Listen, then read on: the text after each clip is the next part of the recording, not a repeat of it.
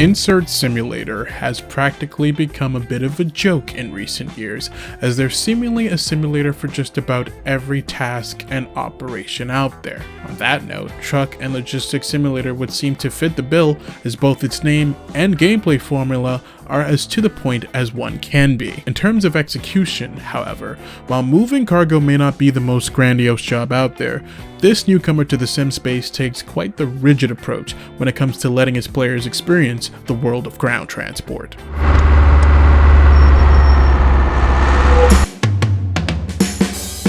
Upon first boot, I was almost immediately a bit taken aback by this sim's makeshift look. The UI is as rudimentary as it gets, and that crudeness kind of flows directly into the gameplay itself. After poking through the vehicle selection and limited customization menus, I was dropped into the single, rather nondescript map that doesn't even have a name. I quickly took note of the relative lack of mission variety, as they're almost all fundamentally the same, regardless of which vehicle is selected. Admittedly, there are a few key distinctions, however.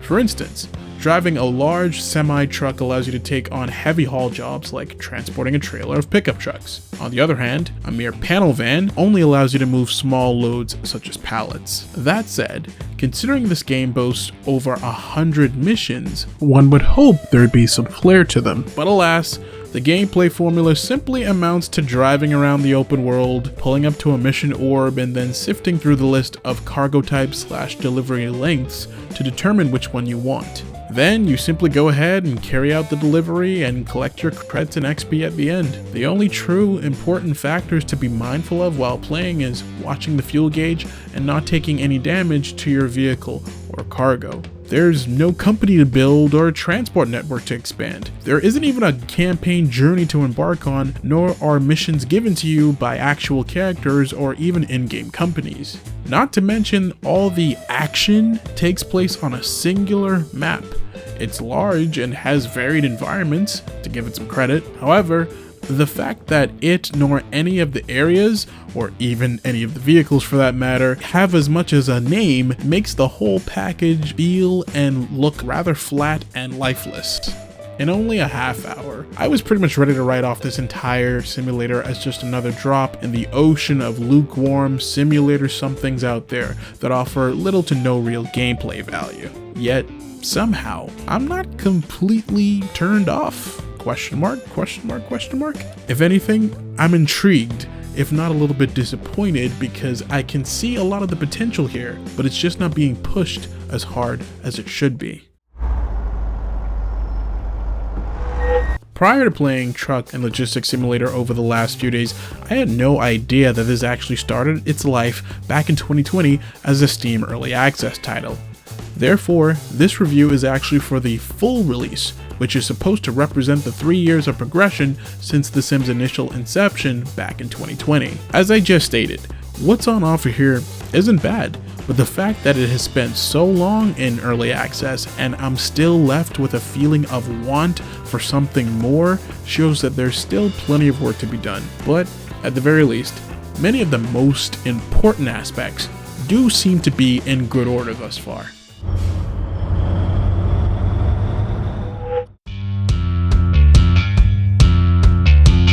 Easily, the best feature of Truck and Logistics Simulator is its physics system and driving model.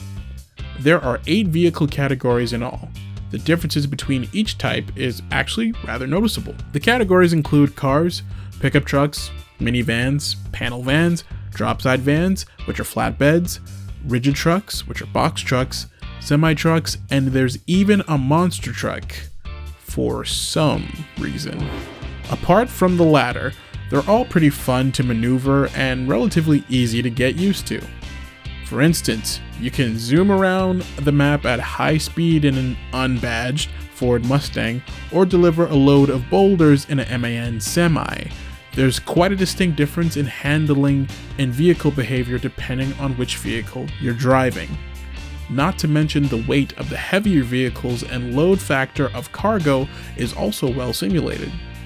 There's also the small bonus of periodically getting to take control of loading equipment, which includes forklifts, telehandlers, and even front-end loaders. Though these are exclusively used to load goods and materials into trailers and vehicles, it provides at least a smidge of extra depth to the gameplay, as long as you don't skip it. Not to mention the Sims physics and weight simulation is once again shown off in a pretty good light here. The overall complexity of the simulation is nowhere near as sterling as more polished Sims like SnowRunner, but it's far better than some other recent driving sims, such as Alaskan Road Truckers. The detail work of both the interior and exterior of each model is also pretty decent to say the least, though I wish this praise could also be applied to the sound packages, as the vast majority of vehicle engines have a generic, muddy, and compressed sound to them. It's almost distracting, especially considering so many other sims have long done away with using such simple effects. While there might be a number of vehicles to take control of, the cargo variety leaves much to be desired. That said, perhaps the only real bit of progression present is that buying new vehicles will grant you access to different delivery missions. Not every vehicle in a category is capable of performing all of the tasks. For instance, smaller semi-trucks are limited to carrying small cargo containers, whereas larger ones can handle larger loads. Still, there's a lot of overlap in cargo type between many of the categories, further adding to the feeling of monotony that a good chunk of the truck and logistics simulator experience provides. It's actually rather confusing that most of the missions with the standard cars are still delivery missions, albeit with small loads. Considering other vehicles like pickup trucks and vans do the same missions just fine, it would have been beneficial to see the standard cars used for a wider variety of purposes, but more on that later. As mentioned earlier, the unnamed, seemingly European city that the game takes place in is just as monotonous as the deliveries you perform in it. While it has a good number of distinct sections like the industrial sector, countryside, marina, and city center, the lack of names for anything combined with a relative look of sameness drains it of its character. Missions begin and end in somewhat believable locations, but considering you're not taking or completing jobs for anyone or anything in particular, there's very little sense of accomplishment. To an extent, the crude presentation of the city, the UI, and the blandness of the gameplay loop itself kind of makes this feel as if it was all made in the mid-2000s, albeit with a sprinkle of modern graphical fidelity. The lighting effects are pretty decent, along with the aforementioned decent detail work of the vehicle models. The scenery assets are okay too, if not sometimes a bit generic. There are even animated clouds and a dynamic time of day system, but for whatever reason there's no weather effects present. The overall environment of the sim then just kind of feels somewhat lifeless. There are no pedestrians roaming the street, and though there's a decent amount of AI vehicles buzzing about, models are often repeated. Notably, there are some animated scenery extras which include things like moving cranes, ships, and wind turbines, which all do help to inject at least a little bit of vibrancy into the otherwise hollow virtual world. Having said all this though, I would love to see life in the city fleshed out more. Returning to the aforementioned idea of using your collection of vehicles in a more varied way, the standard cars could be used to perform taxi runs, for instance. Or one could deliver really small loads, such as putting a load of groceries in the trunk. The panel vans would be great for doing Amazon-style package deliveries around the city. Pickup trucks could be used for moving things like boats, for example. These are just a few ideas that occurred to me as I was playing, and I'm a little surprised that the developers have yet to flesh out the gameplay experience with more of such elements throughout the early access run leading into this full release.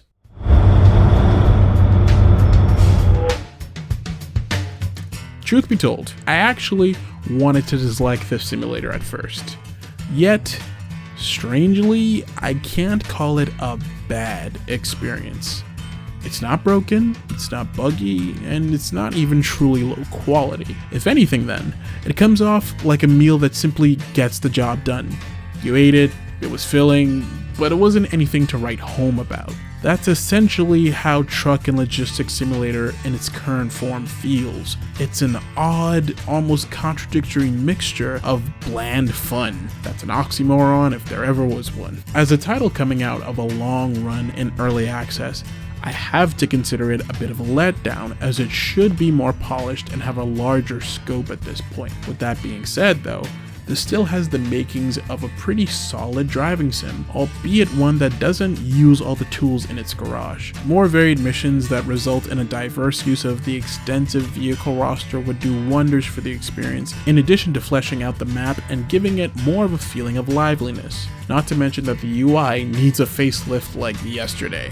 It's been 3 years as it is, so I'm not too hopeful of how much this sim will be further built upon. That said though, many quality simulators have continued to settle into evergreen status over the years as their respective studios fill in the cracks and roll out new content over time. If the folks over at Simula Games take such a path with Truck and Logistics Simulator, and soon at that, it'd be really great to see. As it is right now, however, this is best described as a lightly seasoned plate of something.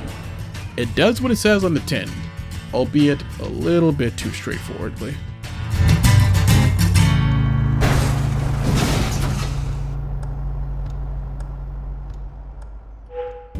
As always, a big thank you to you for watching this video here on eXtremeAzure Productions. Make sure you go ahead and check out more content on the channel, as well as what I and the team have to offer over on gamescout.co.uk. And of course, make sure you leave a comment right below that like button below. And I'll hope to catch you in the next one, but you'll only know if you subscribe. Until then, see you next time.